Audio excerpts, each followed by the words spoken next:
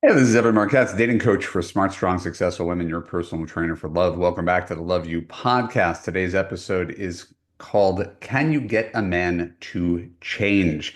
You're going to be excited to hear what I have to say because this is kind of like the crux of everything. I can't tell you how often I have this conversation about women who date men with potential and how they want them to change. How I was literally just watching reality TV and you see these women trying to turn players into good guys.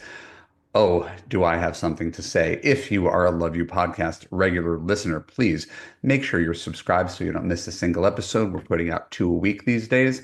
Give us a 5-star review if you haven't anything. Leave a kind comment either on the Apple podcast page or on the YouTube page. And let's strap ourselves in to have a conversation about whether you can get a guy to change. So, red flags are a term that really bug me. Maybe I've done a podcast about it, but I talk about a lot of things that bug me. Seems to me that a red flag is anything that isn't exactly like you. Right? If you're a vegan, the fact that he eats meat might be a red flag. If you have never been divorced, the fact that he's divorced could be a red flag. We could turn almost anything into a red flag. So I don't like to talk about red flags per se. I think we're overloaded with dating terms and they got sort of slippery meanings. So I'll ask you, is it a red flag that my wife comes from divorced parents, that everybody in your family is a lifelong Republican when I'm a lifelong Democrat, that her dad is an avowed, I don't know if he's admitted it, but it's not a secret, sexist, misogynist, alcoholic, former Navy pilot, that my wife never aspired to a high-paying career, that she didn't follow the news too closely when I met her, that she prefers sitcom reruns to arty Oscar dramas. If you think those things are red flags for someone like you and therefore someone like me, you already know how the story ends. All of those things about my wife are real and they are completely incidental to who she is. The coolest, happiest, most emotionally intelligent person that I have ever met. And she's my wife. So it's not a matter of bragging about being the happily married guy or bragging my wife is the best. It's that it's so very clear from my one unique life experience that all of these things on this checklist that have are foreign to me, that have nothing to do with me, that might even be a turnoff to me, have zero to do with whether I am a happily married person.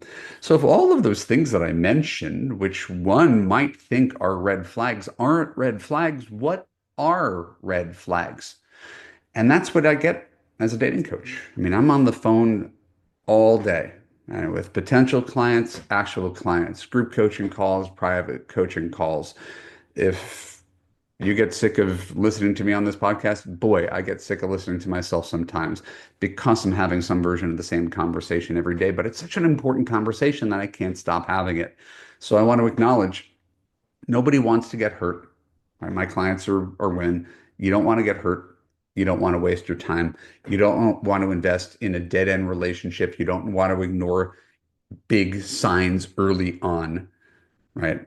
That should be sending you in the opposite direction. But it seems to me that a lot of people go on first dates looking for red flags, but misdiagnosing what those red flags are. And all the things I described about my wife are just ways that she's different from me. They're just differences. They're not red flags. None of them have to do with the content of her character. None of them have to do with how we get along. None of them have to do with the way she treats me, right? The way she sees me, the way she appreciates me, the way she makes me feel, the collective vision that we have for our lives, which despite our different backgrounds and our different tastes, we have the exact same vision for the life that we want, right? So those are your red flags. Those are the things you can't change. No matter how much you like him, no matter how much you have in common, no matter how strong the chemistry, if you don't share the same vision, if he doesn't treat you well, if you can't get along, if you can't resolve conflict, it kind of nothing else really matters, no matter how much your things on paper line up. And so I just think we're way too focused on the paper. And what makes us more focused on the paper, right? The commonalities are dating sites and dating apps. And you meet someone in person, what do you know? They're cute enough. They have a good sense of humor. You have an easy conversation that flows. They have a take on the world that you find appealing. They have an energy that you find appealing. You don't know their whole backstory. You don't know what their hobbies are. You don't know what their parents like. You don't know how they voted. All of these things, right, are therefore somewhat secondary. If you make them primary, well, then you just have this laundry list of deal breakers that you call red flags that aren't necessarily deal breakers. So I know I'm going off on a tangent, but you know, it all comes together, I promise. So recently I'm talking to two clients. This is all within the past week, and they were both seeing guys for a few weeks. One of my clients was seeing a nice widower, and they were casually dating for about 2 months. And again, and I'm pivoting from the laundry list that we see on the websites, right? Because we don't get to change those things about those people. There's no point in convincing my wife to change any of the things that make her her. If she wants to watch How I Met Your Mother, an entire, 10 entire seasons for a third time with my daughter, she can go do that. I'm not going to be a part of it, but she can do that because she's an autonomous person and it makes her happy. That's how she chooses to use her time. So I don't see any point in trying to change these minor differences. But I do see clients who take on guys and think, there's something good here. Maybe I could work with this. And I really want you listening to this to stop thinking I could change his character traits, right? Not his background, not his hobbies, but I could work with things that actually aren't workable. So there's this nice widower seeing my clients for 2 months. He barely made a move on her, right? He maybe saw her once a week. He was always consistent in being a once a week guy, but he wasn't really making any effort to escalate their relationship, not physically, not emotionally. He just was this nice widowed guy who kept showing up once a week. Right? Maybe he's not that good at dating. Right? Dating is a skill, and not everybody's got the skill, and so there's nothing wrong. Maybe he just wasn't good at dating. He just could be a perfectly nice guy. But the effect was that my client wasn't feeling particularly desired. And because she didn't feel attractive, desired, wanted, needed, pursued, or taken care of in any real emotional way, I let her know when she was bouncing these ideas off of me, she was better off letting this guy go than trying to change him. Because I could assure her there is another nice guy who will do the right things, and you don't have to wonder where you stand, and you don't have to make the first move, and you don't have to second guess yourself, and you don't have to wonder why he's not your boyfriend yet, and you don't have to wonder why he's not kissing you yet. You don't have to talk yourself into these things, is my point. You don't have to work with it. It should be easier. Right? I've now introduced you to my wife. When I met her, I did not know she was my wife. I did not know she was the one. I did not know she was the one until after we were married. That's another story. What I did know was I liked her. She was funny. She was attractive. We had a great conversation. The conversation never stopped. It wasn't a question whether I should go out with her on date 2 or 3 or 4. Right? So I want you to just stop talking yourself into things under the guise that maybe you could change him. Got another client. She's in Europe dating a cute younger guy. He was bright. He was hardworking. He was mature, right? Which is no small thing. But he was fundamentally, temperamentally, a curmudgeon. He was a grumpy guy. And my client is a yes person. Right? She's someone who creates. She does stand up. She plays ultimate frisbee. She puts together social gatherings. She travels all around Europe. She's a superstar. She's probably listening right now. Her guy needed to be convinced to like leave the house to do something. He was a homebody who just needed his arm twisted, and he would eventually relent. But it was a lot of work to try to convince her guy to be social. And it was a month. So if it's tiring for her in the month that she's seeing him, why would she take on the task for the rest of her life of trying to convince someone to do something with her? He may not be a bad guy, but one thing that's clear, he's not her guy. And we can go on down the road of things that you don't like about a man, right? most of them are probably valid, right? Anytime you criticize a guy, it's not crazy. Any criticism you have of me, I know myself, my wife can tell me, like, it's not a secret. Everybody has tendencies that are more or less annoying or out of alignment with you. But ultimately, it comes down to whether you can see yourself living with a guy's flaws for the rest of your life. And I think that's where most people don't think this through properly is the attraction strong enough. He fits the bill on paper. He's smart enough. He has a good enough job, right? And dating is brutal. And so we just kind of like say, I could work with this. And then you take on something that is, you break it, you buy it. It's all yours forever. And I don't know.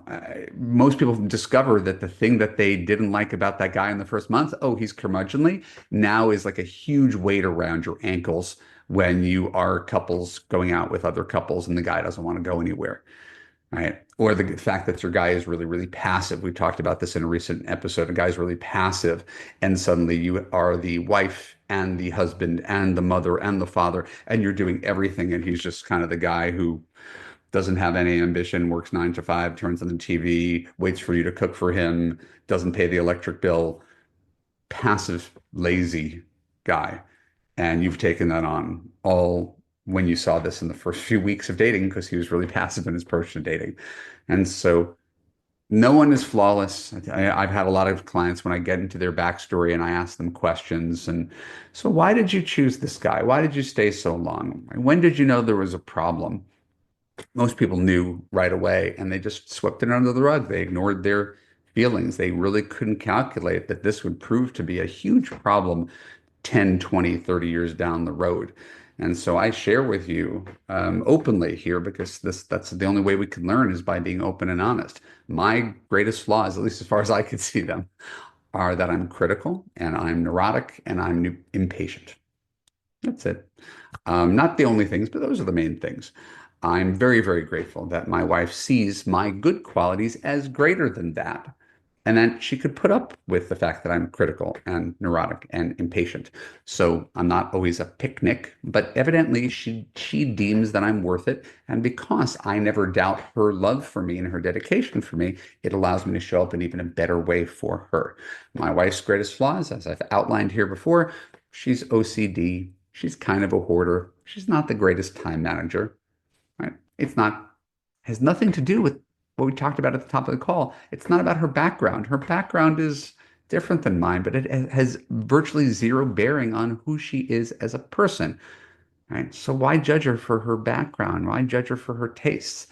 I realized when we were dating, I know the first couple months when I would show up at her apartment, she'd make me wait for 45 minutes until she put on her makeup. I realized I was going to spend about 25% of my life just waiting for her to finish whatever she was doing. Turns out I was right. Right? Thank God I've got an iPhone that I could read while I am waiting. That was not invented when we were first dating.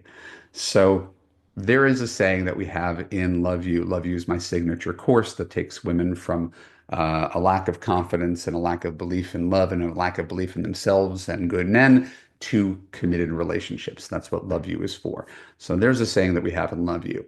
You can't have a relationship dependent upon him changing for you. If he has to change for you, there's a good chance that you're going to be unhappy for the rest of your life because people generally don't change, certainly not at gunpoint. Certainly, if they change, it's in small increments by their own volition over time.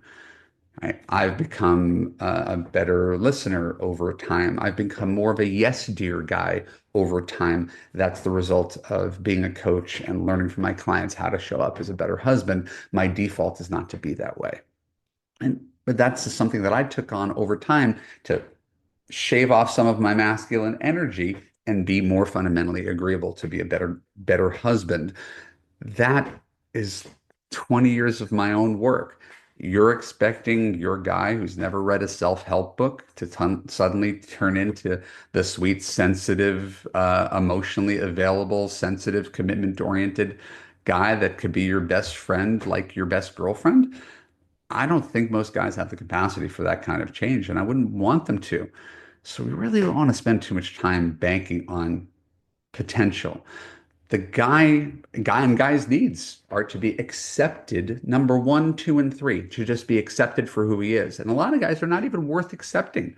As I said before, 90% of guys I think don't make for good husband material. So most guys aren't worth accepting. So you just got to assume that when you're dating a guy, when you're past the honeymoon phase, 6 months, 1 year, year and a half, that's the real guy, not the guy who showed up to audition for the job. The real guy is the one once the mask slips. Okay. That's the one you're going to deal with for the rest of your life. And he didn't hire you as his consultant. He's not your project. We got to assume this is close to the final product. So you have to do one of two things. Accept him as he is, the way my wife accepts me as I am, or leave him and find someone better that you can accept. Most people choose the third path, staying with a highly flawed partner, focusing on your partner's flaws, complaining about the flaws, trying to fix your partner's flaws, making him feel bad about those flaws, building up resentment about those flaws, and wondering why your relationship is so very dissatisfying to both of you. So let's keep it really simple. You can't change him. All you have to do is decide if you could accept him. And if you can't accept him, get the fuck out and find someone that you can accept for both of your sake. My name is Evan Mark Katz. This is the Love You Podcast. If you enjoy this podcast, however provocative it is, I'm thrilled to do this job and let you know what I've observed after 20 years of being a dating and relationship coach for smart, strong, successful women. One thing I forgot to say, it just popped into my head. You wouldn't want a guy to try to change you. I think that sort of says everything that I failed to say the first time around. You really wouldn't want a guy to try to change you. And any guy who tries to change you, you'd probably resent him for that as well.